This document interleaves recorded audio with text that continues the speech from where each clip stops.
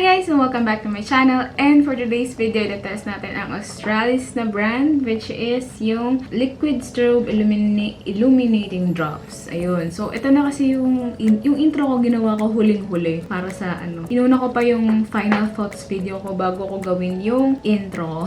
Anyway, hindi ko pala nabanggit kasi doon sa final thoughts na video ko kung anong shade na kinuha ko. Ayan, makikita nyo sa ilalim. Focus! Focus! Ayan. So, gold. Ayan, gold yung shade na kinuha ko. Para hindi tayo mag-focus ka. Para hindi tayo paulit-ulit sa comment box and description box below. Gold ang shade na kinuha ko. Gold, gold, gold, gold. Ayan, makikita nyo. Pakita ko yung packaging. Yan. Gold yan, guys. Gold, gold, gold, gold, gold, gold. Nabanggit ko na kasi lahat sa sa final thoughts part ng video. So, medyo nasa uling banda yun. And kung gusto nyo malaman kung paano ko in-apply yung tinetest nating product, just keep on watching. And para makita nyo ng close-up ko yung packaging and everything, just keep on watching. Hanggang doon sa dulo, guys. Hanggang sa dulo. Thank you.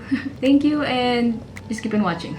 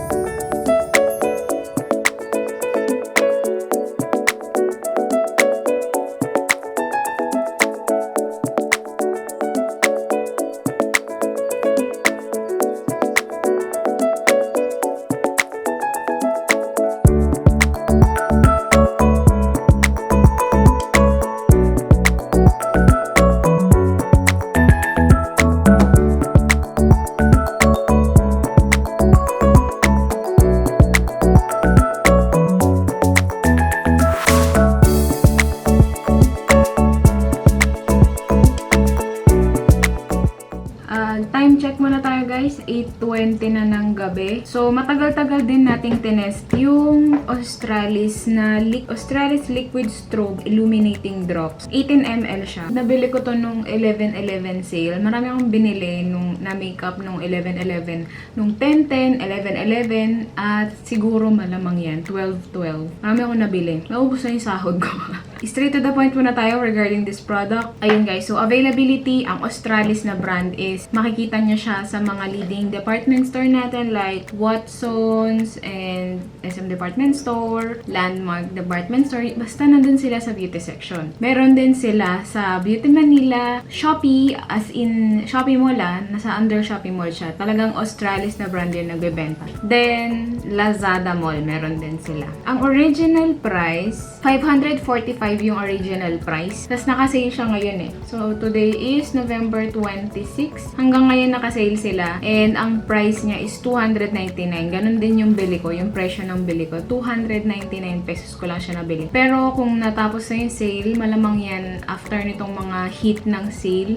Hanggang 12/12 yan. Pag natapos yun yung pinaka-Christmas sale kasi. After nun, malamang balik na yan sa dating yung talagang original SRP niya, which is 545. Ang ginawa ko ditong pag-apply is, ang una kong, sabihin ko muna kung ano yung mga nasa face ko. Hindi ako nakapag-concealer concealer kaya kita agad yung dark circles ko. Tapos 1 layer lang ng foundation nilagay ko. Anyway, unang layer ko is yung Pond's Age Miracle Serum. And then, after nun, nag-moisturizer ako ng Madecaderma. Tapos, after nun, primer from Focallure. Yung foundation, 1 layer lang. Yung Fit Me, Maybelline Fit Me. So, 1 layer lang. Kaya, yan, medyo mukhang totoo yung aking skin kasi kita pa yung blemishes. After nun, naglagay na ako nung serum na ito, yung Liquid Strobe Illuminating Drops. So, medyo, ang ginawa ko kasi, hindi ko muna sinet yung foundation. Tapos, after kong mag-foundation, so medyo wet-wet pa siya, diba? Hindi pa siya set kasi nilagay ko na agad yung Illuminating Drop. Yan yung ginawa ko. Tapos, after, ang ginawa ko pang paglalagay is hindi true finger kasi medyo nagmamadali na ako. Kung anong ginamit kong brush, gamit yung foundation brush ito. Dito ko lang din nilagay yung ito yung pinangkalat ko sa face ko. Pero wala namang hindi naman nakapahama. Okay lang naman siya kahit gamitin mo fingertips or pwede rin beauty blender or katulad ng ginamit ko, brush. Kung anong mag-work para sa'yo. Sa akin kasi nagmamadali lang talaga ako. So, ginawan ko lang talaga, work ko lang talaga yung paggamit nitong product na to. Kasi minsan lang akong gumamit ng ganitong product kapag may tinetest lang tayo na highlighter. Ayun. So, ngayon, kita nyo naman na may glow pa din. Pero hindi na yan oily. Kasi nagpahinga na ako at natuyo na yung oil sa mukha ko. Naka-aircon ako ngayon. So, talagang yan na yung glow. Hanggang ngayon, meron pa rin. Alam mo yung glow niya, yung mukhang natural. Hindi yung talagang mukha kang naglagay ng makeup. Hindi siya ganun eh. Mukha kang natural glowing, diba? So, yung sa, ko lang, point of view, mas okay to kung ihahalo mo sa foundation. Technically, parang ganun din yung nangyari kasi hindi pa naman set yung foundation ko eh. So, after nun, tuyo-tuyo pa, binlend ko lang sabay yung, yung drops. Kita nyo naman kanina nung ina-apply ko. Pero hindi ko ata na-videohan yung pag-apply ng foundation. Anyways, nakita nyo, kung ano nakita nyo, yun na yun. Halos kinalat ko rin siya sa ditong buong area eh. Tsaka ang subtle niya, kung kayo yung type ng person na ayaw ng blinding na highlight, bagay ito sa inyo, parang glowing lang. O, diba? Kita nyo, parang glowing lang. Sa personally, mas hindi siya kita eh. Pero nakikita naman siya pag tinitigan mo. Hindi siya halatang meron kang highlight. Pero yung sa nose, sure ako na wala na yan. Kasi number 1 yan, nag-oil eh. Itong T-zone ko. So, for buildability guys, nabibuild up naman siya kahit ilang layer mo pa. Pero hindi siya yung super talagang blinding na Siguro ganito talaga pag mamahaling products, no? Kapag pag mamahalin, parang binibigyan ka ng time for blending. Pero, nagpapatong naman siya. Mali yung words ko. Nagbe-build up naman siya. Hindi naman siya yung kahit ilang patong mo, walang nangyayari. Siya. Pag pinatong-patong mo, kasi yung unang layer, 2 layer to ng itong drops na to, 2 layer yan sa face ko, tsaka lang siya nag-appear na ganyan. Yung first layer talaga super sheer, and talagang pag tinignan mo sa bote, yung pinaka-glitter niya, sobrang pino. Katulad ng isang highlighter na tinest ko din from Australis na tinest ko kahapon yata na isang araw. Basta parang sobrang pino lahat ng mga sobrang, alam mo yung micro glitter, ginawa pang nano glitter. Sobrang pino ng glitter to the point na mukha na siyang natural glowing. Ganun siya sa face. Tapos, yung longevity, yun nga, hanggang ngayon, nandyan pa din. Nagustuhan ko siya. Medyo mahal lang talaga yung SRP niya. Kahit patungan mo siya ng powder, kita pa din yung glowing, as in, gusto ko siya. And hindi siya sticky sa face. Lalo na kapag na-blend out mo na yung mismong product. Yung scent niya, wala siyang scent. Sa ingredient, hindi ko lang kasi sure kung meron tong paraben. Pero based dito sa ingredients na nandito, sa packaging, wala naman siyang paraben. Meron din siyang titanium dioxide, so it means na nakaka-absorb din siya, nakakatulong sa pag-absorb ng oil. Made in Thailand nga pala to, pero yung developed and designed galing sa sa mismong Australia na country, kasi talagang Australian brand tong Australis, kaya ang Australis eh. Ayun. Anyways, may mga shade tong available, ibang shade. Merong pinkish shade nga ito or mas darker dito para sa mga morena and sa mas mga puputi. Or kung may gusto ng parang pink tone na shade na ang ganda talaga oh.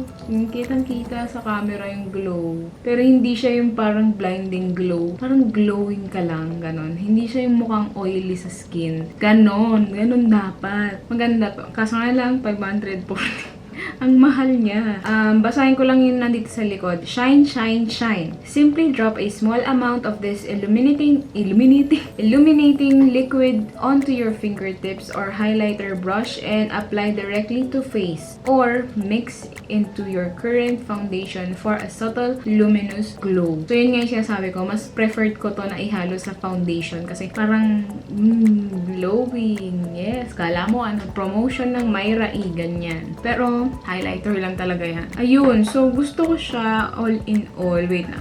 Hindi rin siya super nagtatransfer. Lalo na kapag sinet mo, hindi siya nagtatransfer. Parang yung mga glitter na super pino, sobrang, kasing kailangan mong titigan kung nag-transfer ba siya or hindi. Kung meron man, sobrang konti lang. And, ayun lang naman. Wala ding dragging effect nung ina-apply ko siya sa aking dito and dito. Wala. Sobrang smooth ng application. As in, hindi siya sticky. Quick drying din siya, pero binibigyan ka naman ng time to blend out. Hindi yung parang, oops, tuyo agad. Okay naman. Hindi ko na mapahabain yung video. Nagandahan talaga ako sa product na to. Medyo pricey nga lang talaga. Ayun guys. So, if ever may gusto kayong product na ipa-review, just comment down below. Also, check my social media. Also, check my social media account to sa description box below. And if you like this video, please hit that like button and please subscribe to my channel. So, see you in my next video. Bye!